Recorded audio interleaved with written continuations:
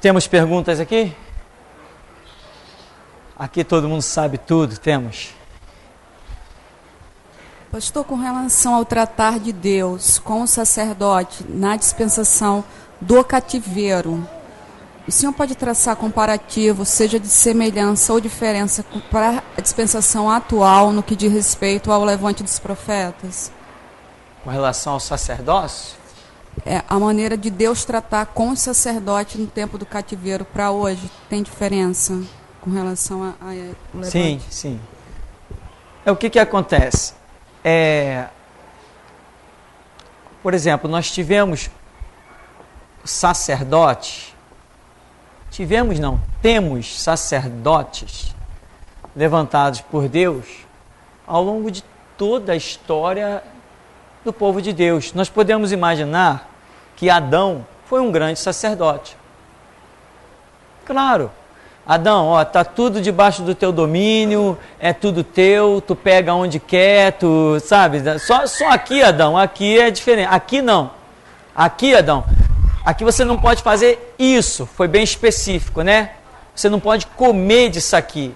Então quer dizer, não disse que não podia nem pegar, disse que não podia comer. Comer é uma concepção de você jogar algo para dentro de si. Mas eu não vou entrar nessa simbologia agora. Amém? Então, tocar. Será que Adão poderia tocar? A Bíblia não diz que ele não podia tocar. Diz que ele não podia comer, jogar para dentro de si. Comer pode representar a assimilação de algum conceito. Mas eu acho que nós vamos terminar a era da igreja sem mexer nesse negócio. Né, Juarez? Deixa isso quieto. Então, veja bem. Adão, para mim, foi um grande sacerdote. Outros podem não ver assim. Não, que é isso? O sacerdócio foi instituído desde Arão. Tá bom, amém. Vai esconde-os, né? Sem problema. Não vamos brigar por isso. Mas nós vemos Deus realmente enfatizar muito a questão sacerdotal ali com Moisés, né? Em que ele diz que os descendentes de Arão seriam sacerdotes. Ora, mas Abraão é antes de Moisés? Abraão é bem antes de Moisés. Abraão não foi um grande sacerdote? Abraão não ofereceu sacrifícios? Abraão não era um patriarca? Era um sacerdote. Abraão não encontrou um homem chamado Melquisedeque, que a Bíblia diz que era sacerdote. Então você vê que desde Adão até hoje, nós estamos vivendo a era sacerdotal. Porque a Bíblia diz que Jesus Cristo é o eterno sumo sacerdote.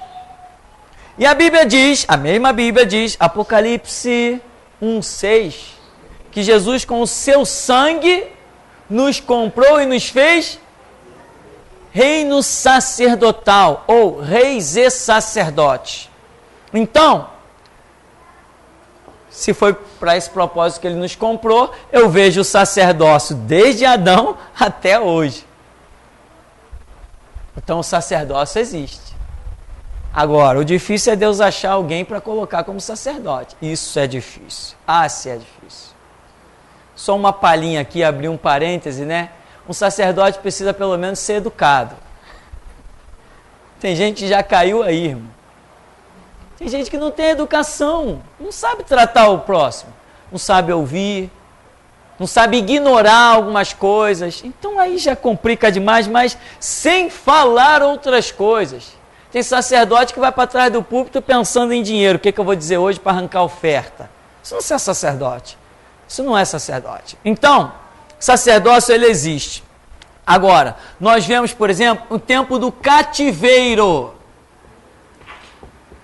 Quando Israel estava cativo, o sacerdócio estava ativo? Não. As coisas de Deus são ativas quando o povo de Deus está em liberdade.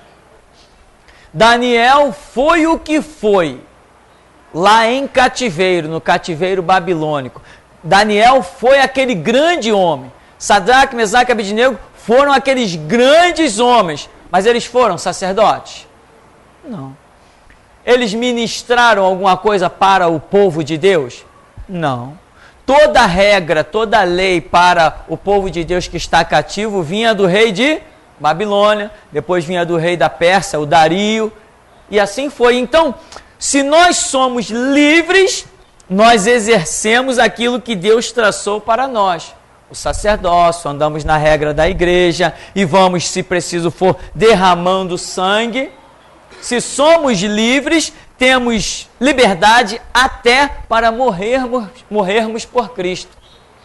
Se somos livres, temos até essa liberdade. Mas quando o cativeiro babilônico no tempo do profeta Jeremias estava para chegar, o que Deus falou?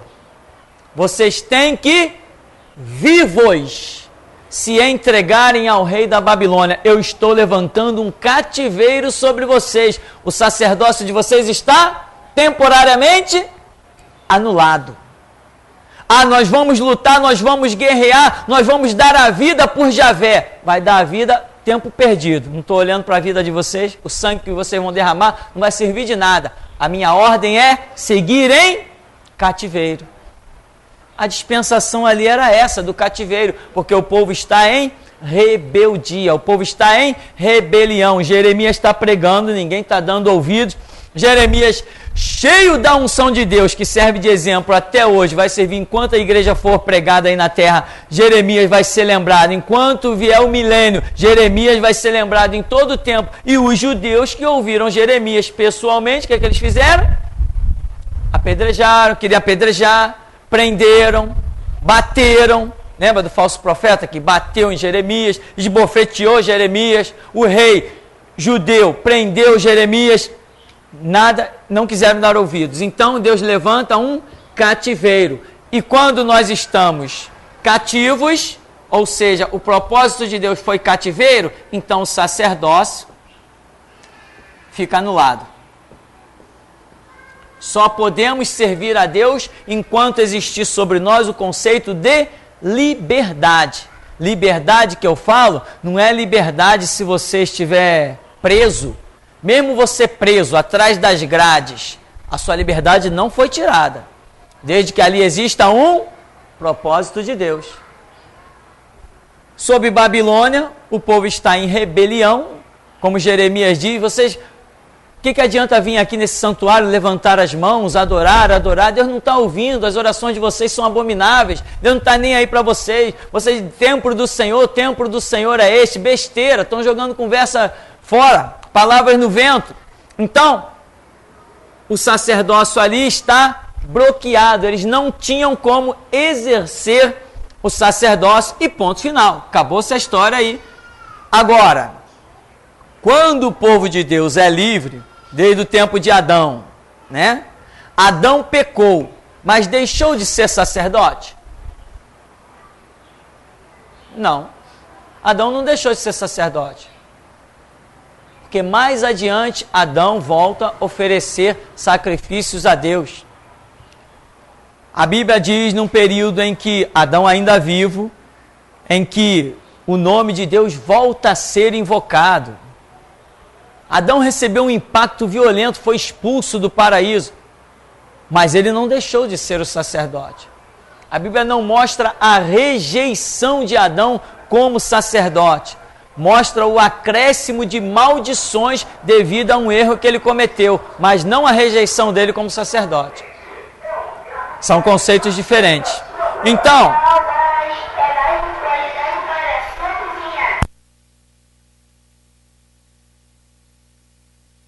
Então veja bem, Adão,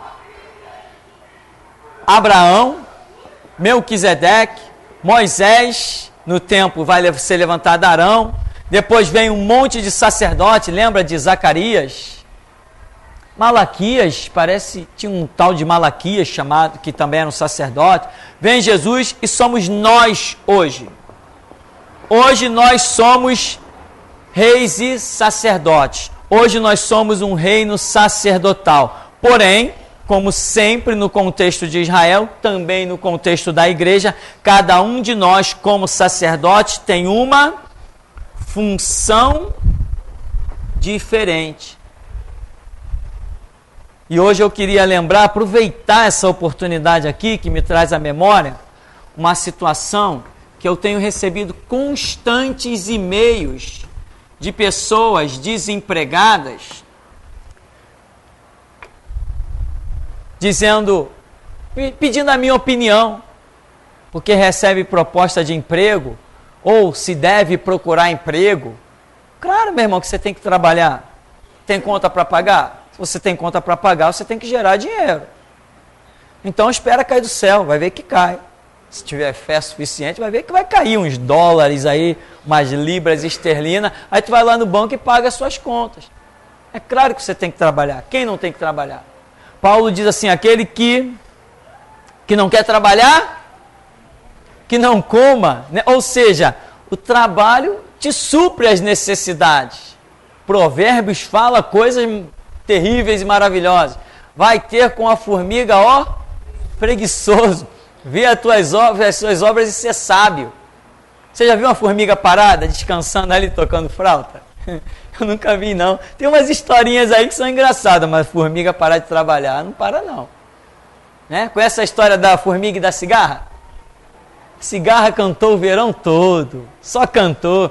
E a formiga está carregando, trabalhando. Aí veio o inverno, aí a cigarra ficou com fome. Foi pedir a formiga. A formiga falou, não, volta para cantar. Tu cantou o verão todo, agora canta o inverno todo. Enquanto tu estava cantando, eu estava trabalhando. Agora chegou o inverno, eu vou para dentro da minha toca, ficar numa boa, tranquilo, as minhas dispensas estão abarrotadas, tu vai cantar, cigarra.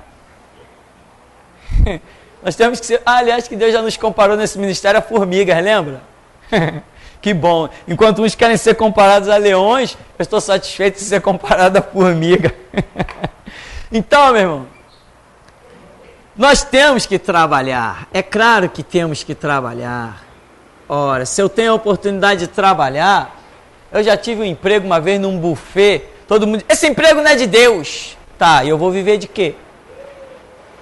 Ganhava menos que um salário mínimo, um sufoco, só dava para comprar um básico da família, nem certas contas não dava para pagar. Mas isso não é de Deus. Até um pastor da igreja onde eu estava na época, tem que sair desse emprego, isso não é de Deus não. Eu falei, eu vou viver de quê? Eu estou lá, estou procurando outro, mandando currículo, estou tentando. Assim que Deus me abrir as portas, mas enquanto Ele não abrir, eu vou trabalhar. Saía cedo da minha casa, suava o rosto e estou trabalhando. Então as pessoas, né, muita gente, não, pastor, porque se eu começar a trabalhar, eu não vou ter tempo de estudar. Ué, eu trabalhava, estudava, por que não vai ter tempo? Que desculpa é essa? Que desculpa é essa? Tem que trabalhar.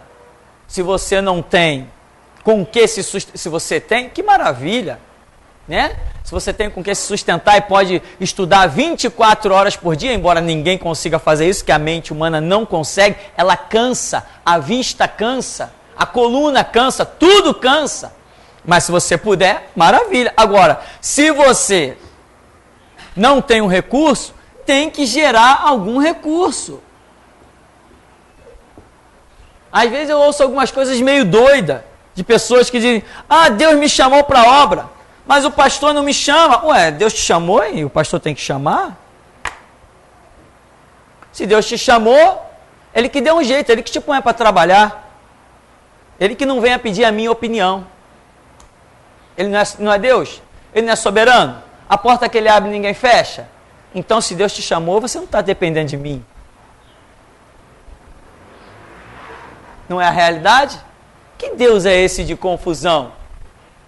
Que pessoas saem daí falando um monte de besteira, que o pastor não me bota na obra. Ora, por que o teu Deus não é tão grande que te coloca na obra? O meu é grande o suficiente, Ele me pôs atrás desse púlpito aqui, ninguém me arranca. Nem o diabo, nem os homens.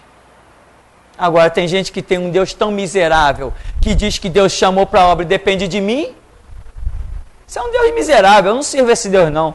Meu Deus é grande. Quando Ele abre uma porta para mim, ninguém fecha. Guarda isso no cofre. As 7 chaves. Amém? Porque a porta que Deus abre, ninguém fecha. Só que tem gente querendo entrar por porta que Ele não abriu. Igreja não é cabide de emprego. Igreja não é cabide de emprego. Israel não tinha 12 tribos? Quantas foram separadas para o sacerdócio? Umazinha. Acabou a história. Essa umazinha não herdou nem terras, não tinha patrimônio. Todas as outras tinham terras e mais terras para produzir, enriquecer e trazer os dízimos para essa tribo aqui. São regras de Deus, são conceitos de Deus. Alguém poderia tirar essa tribo sacerdotal daqui? A tribo de Levi, os descendentes de Arão? Não tinha como, porque a porta que Deus abre, ninguém fecha. Então, meu irmão, veja bem, hoje nós somos uma nação sacerdotal, mas no púlpito só cabe um, e por enquanto só tem eu aqui atrás. Enquanto eu viver, ninguém mais vem para cá para trás, só eu. Entende isso? As funções da igreja são separadas por Deus. Se Deus quiser colocar 10 pessoas na mesma função, Ele vai falar comigo e essas pessoas vão entrar. E tem mais, Ele me respeita. Sabia que Deus me respeita? Sabia que se Ele quiser botar alguém, eu dizer assim, eu não boto essa pessoa não, que ela vai me dar trabalho. Sabe que não entra? Sabe que Deus me respeita? Tem gente que pensa que não. Jesus, o que Ele faz, eu sei o que Ele faz, Ele é soberano. Mas eu não sou fantoche, eu não sou marionete. Eu sirvo a Deus com livre-arbítrio. Eu não acho que Ele nem tem que me dar satisfação, mas às vezes Ele dá. Então, meu irmão, veja bem, nós somos todos sacerdotes. Todos nós trabalhamos para o reino de Deus, pregando, orando, contribuindo, dizimando. Tudo isso faz parte de um trabalho sacerdotal. Agora, se as pessoas acham que vão chegar no ministério, eu sou sacerdote, Deus falou comigo que meu lugar é na obra, é mesmo? E aí se recusa a trabalhar. Irmão, você está se iludindo. Você está se iludindo. Eu nunca vi Deus chamar nenhum vagabundo para a obra. Amém, meu irmão? Não se iluda e aproveita para ouvir essas coisas aqui, porque você não ouve em outros lugares.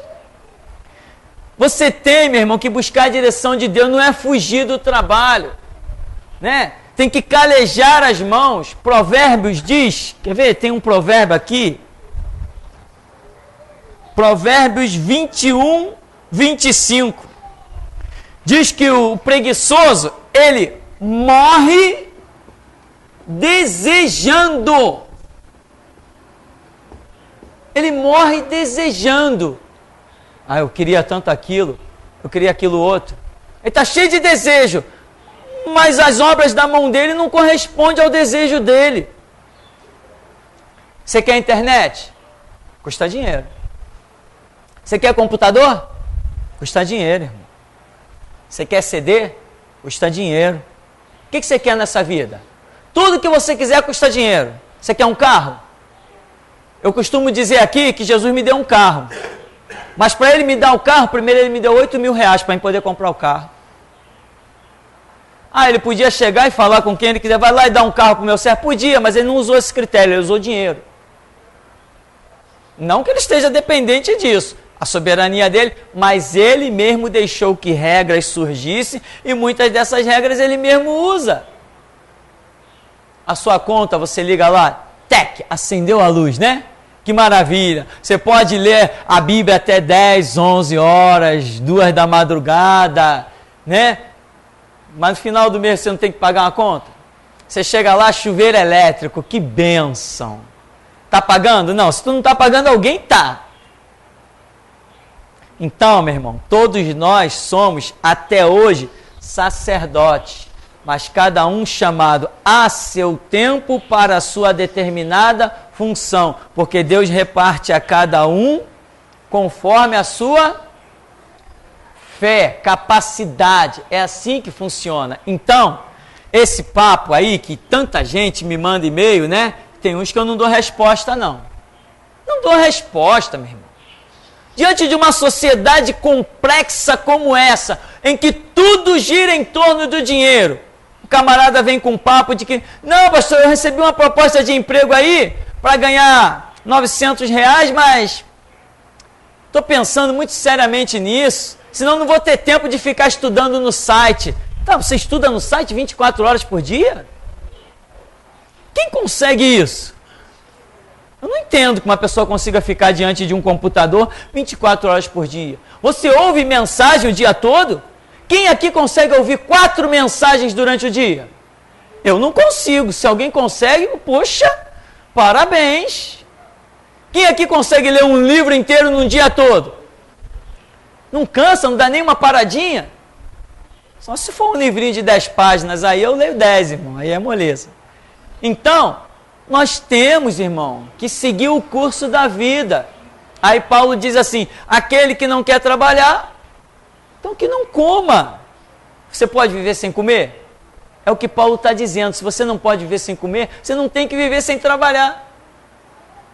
E eu volto a repetir, se você tem um recurso, meu irmão, que maravilha, se você pode dedicar o seu tempo ali, a escritura, ou sei lá o que mais. Agora, se surgir a oportunidade de você trabalhar, trabalhe, né? Outra coisa, não adianta as pessoas querer se oferecer ao ministério. Se oferece a Deus, irmão. Se oferece a Deus.